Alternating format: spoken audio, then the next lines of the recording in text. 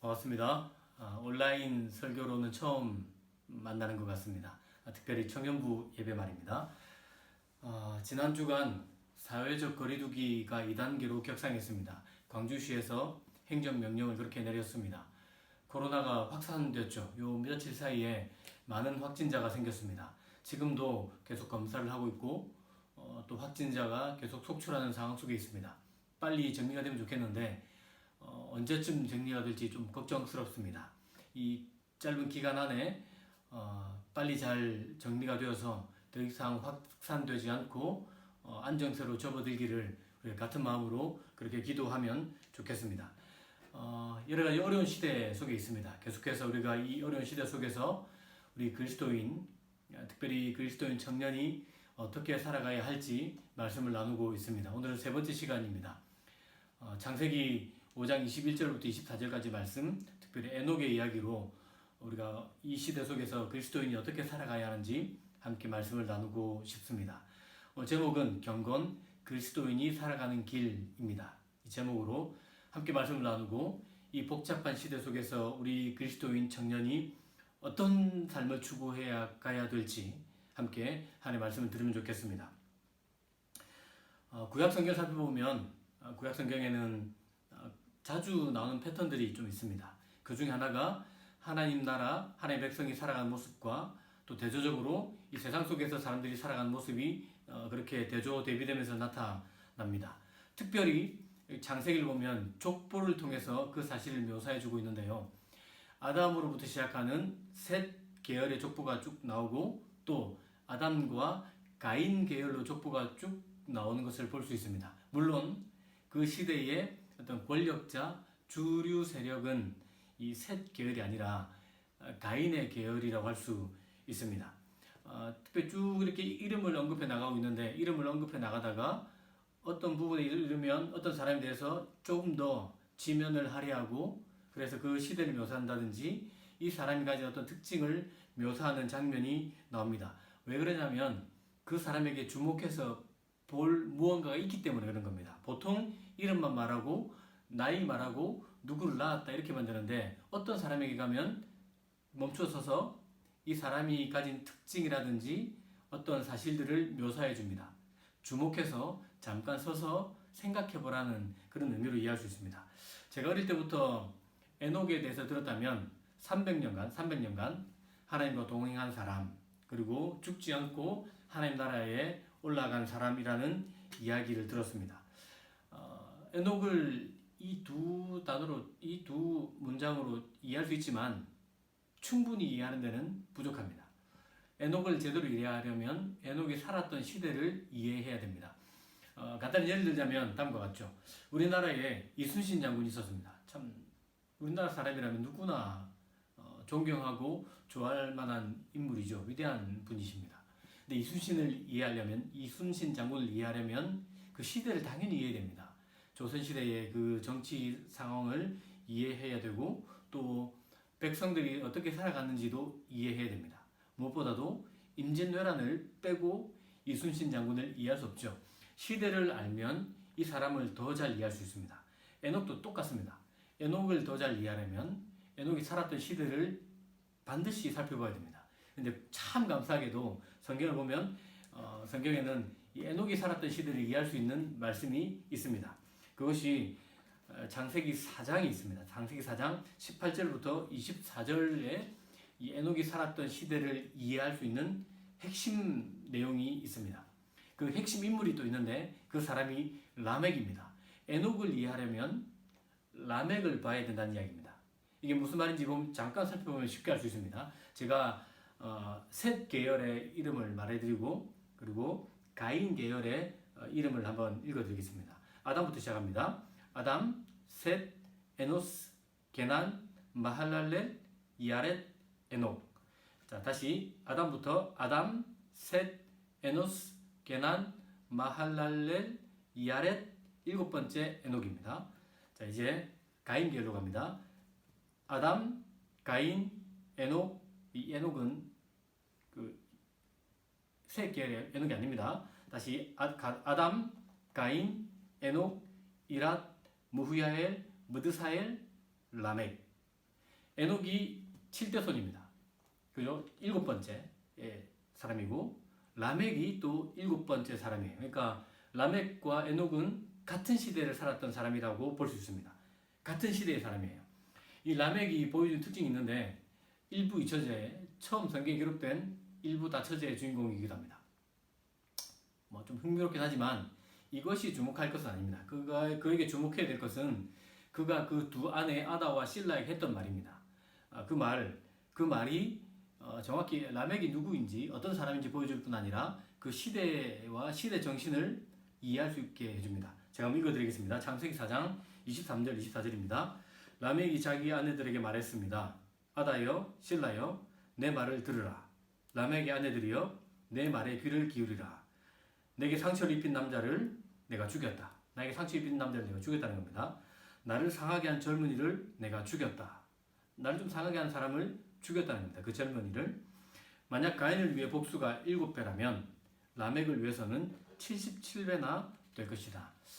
많은 학자들이 이것이 전쟁에 나가서 자기가 세운 어떤 업적을 노래한 자화자찬한 내용이라 말하기도 합니다. 어쨌거나 보면 누군가 나에게 해를 끼치면 죽였다는 겁니다. 나에게 조금 손해를 입히면 죽였다고 이야기합니다. 그러면서 가인을 위해서 벌이 7배라면 나를 위해서는 77배다. 가인을 죽인 사람에게는 벌이 7배나 내립니다. 그게 하나의 말씀이죠. 라멕에게 해를 끼치거나 라멕을 죽인 사람은 벌이 77배라는 겁니다.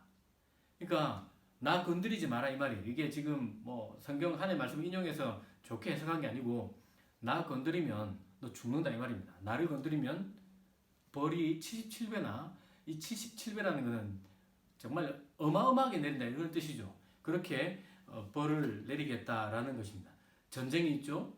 살인이 있습니다. 나에게 조그만 손해만 입혀도 사람을 죽이는, 그러면서도 나 건드리면 더 큰 벌이 있을 거다. 어떤 협박하는 어떤 이런 모습입니다. 시대가 어떤 시대인지 정확하게 보여줍니다. 전쟁이 있죠. 약자 내지는 무한 이기주의, 개인주의, 아니면 나만 잘 되면 된다는 그런 생각이 팽배한 사회임을 알 수 있습니다. 라멕이 어떤 사람인지도 정확하게 보여주죠. 아주 호전적인 사람이고 강한 힘을 가지고 있었던 것 같기도 하고요. 그리고 좀 잔인한 사람인 것 같기도 하고 아주 교만한 사람인 것 같기도 합니다. 뿐만 아니라 하나님을 무시하는 사람처럼 보입니다. 지금 우리 시대와 비슷하지 않습니까? 이 라멕이 살았던 시대, 다시 말해 에녹이 살았던 시대가 지금 우리가 살아가는 시대와 참 비슷해요. 무한 이기주의, 무한 개인주의, 나만 잘 되면 된다라는 그런 시대 정신, 다른 사람이 어떻게 되든 별로 개의치 않는 그런 시대 정신을 가지고 있는 시대를 우리가 살아가고 있습니다. 정직하게 살기 힘듭니다.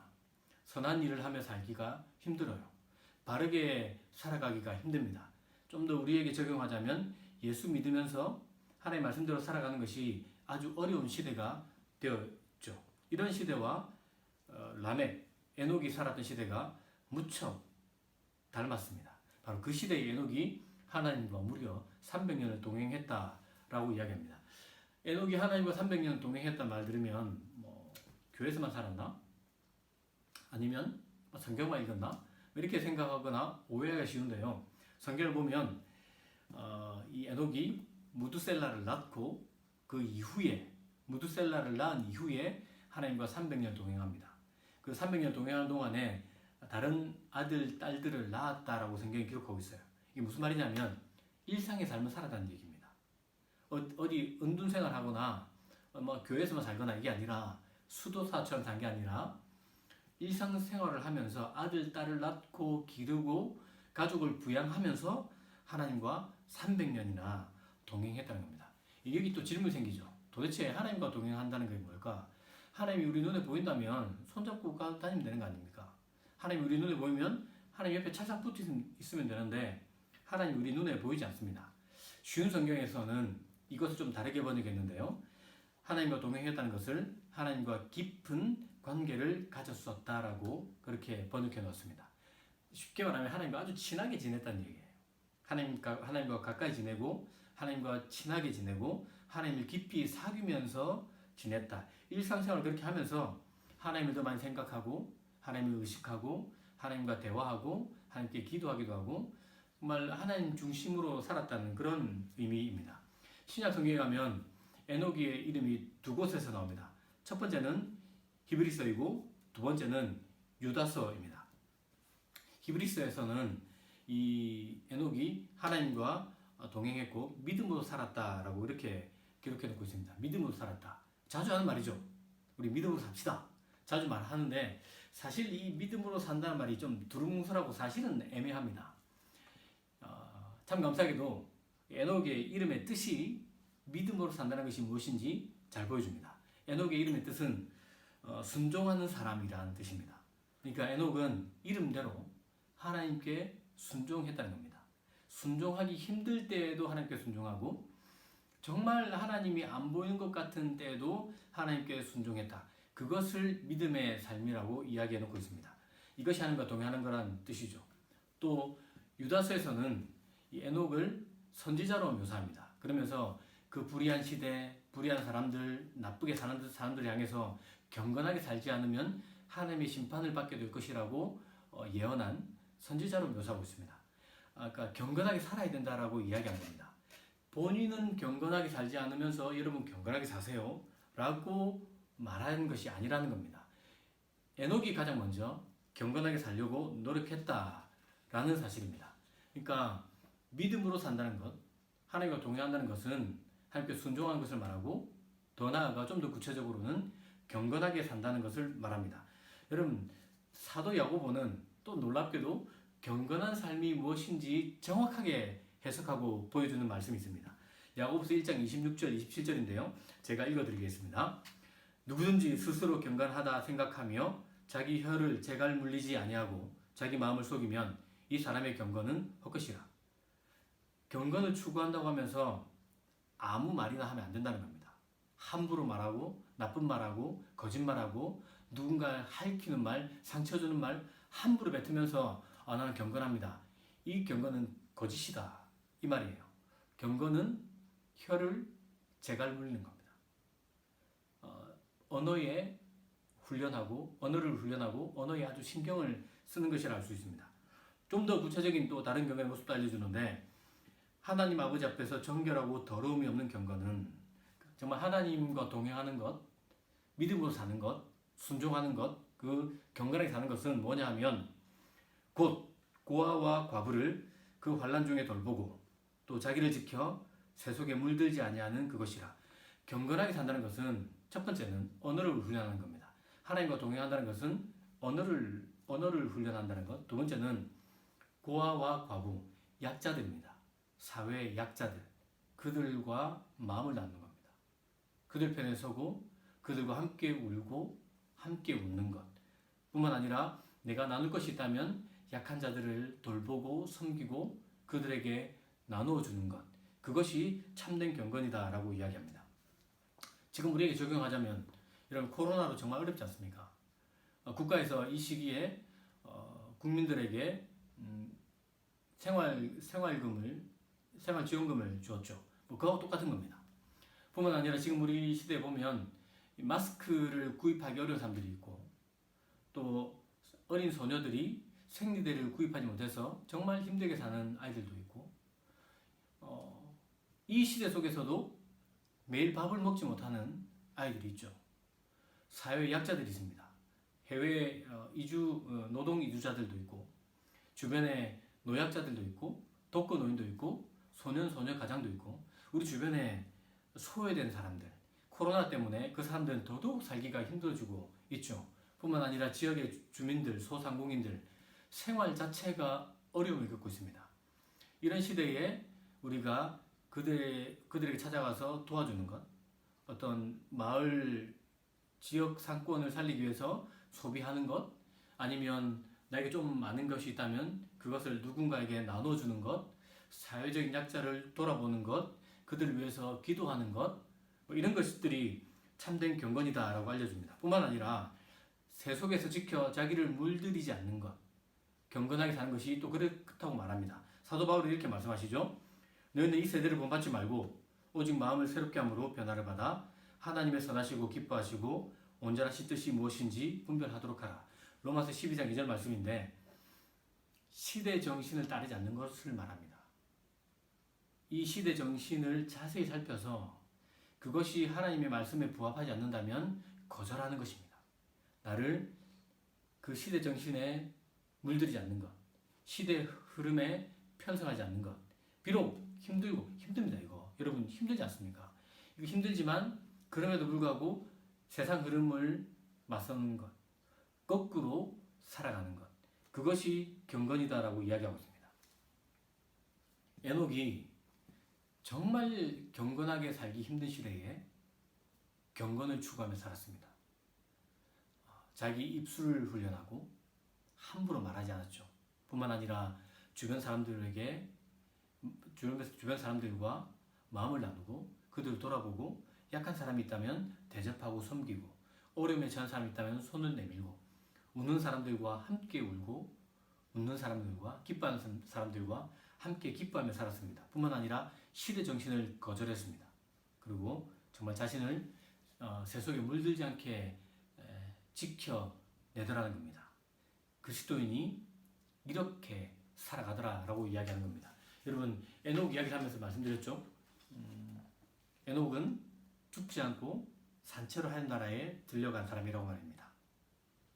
이게 그 시대 사람들에게 뭘 의미하며 지금 우리에게 무엇을 이야기하는 걸까요? 당대 사람들은 죄를 향해 아주 빠르게 달려갔습니다.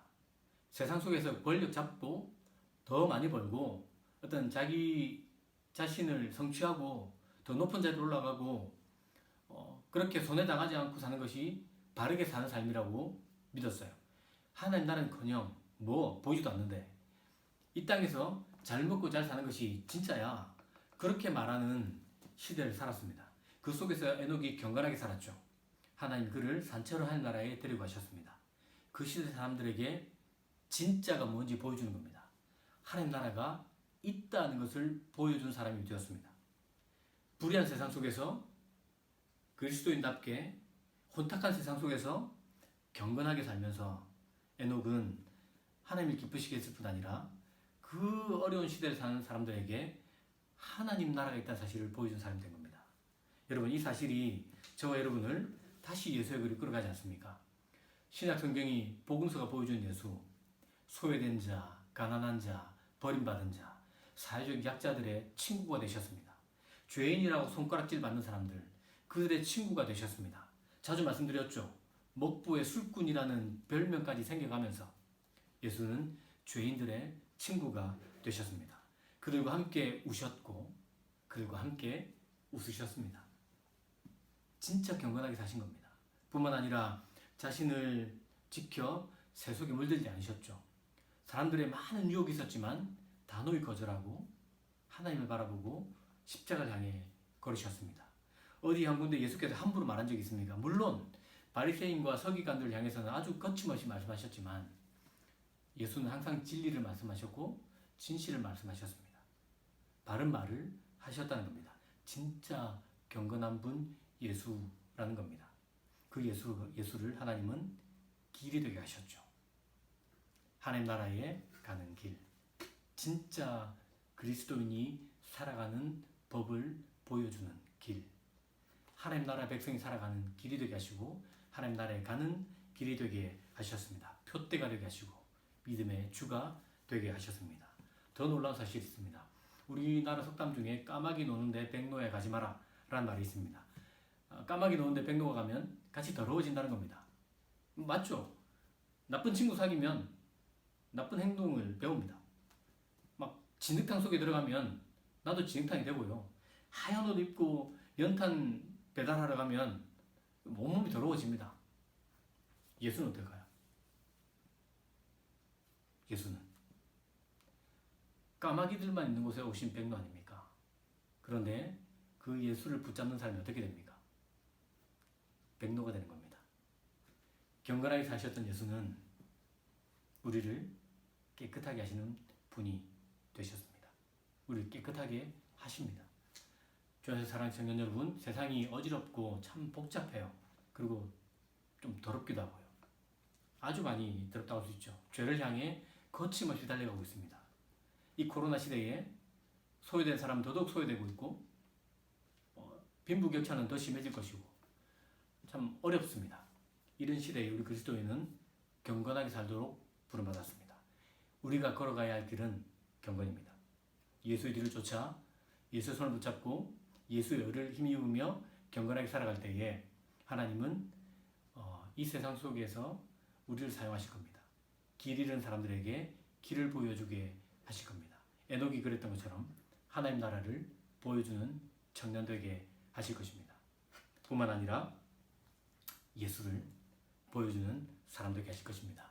이번 한 주간 또 우리가 복잡하고 힘든 삶을 어쩌면 살아갈 수 있고 여러 가지 사건 사고를 많이 당할 수도 있겠고 참 세상이 왜 이래 이런 일들을 겪을 수 있을 겁니다. 그러나 우리는 단식하도록 물론 단식해야 되지만 이런 세상 속에서 경건하게 살도록 부름받았다는 사실을 기억하면 좋겠습니다. 이 세상을 보면서 아파하고 그렇기 때문에 세상과 다르게 경건하게 살아가면서 세상을 바꾸내는 한 주간으로 만들어보면 좋겠습니다. 여러분이 있는 곳에서 경건하게 살아내면서 주변 사람들에게 진짜 생명 되신 예수를 보여주고 하나님 나라를 보여주는 저와 여러분 되면 정말 좋겠습니다.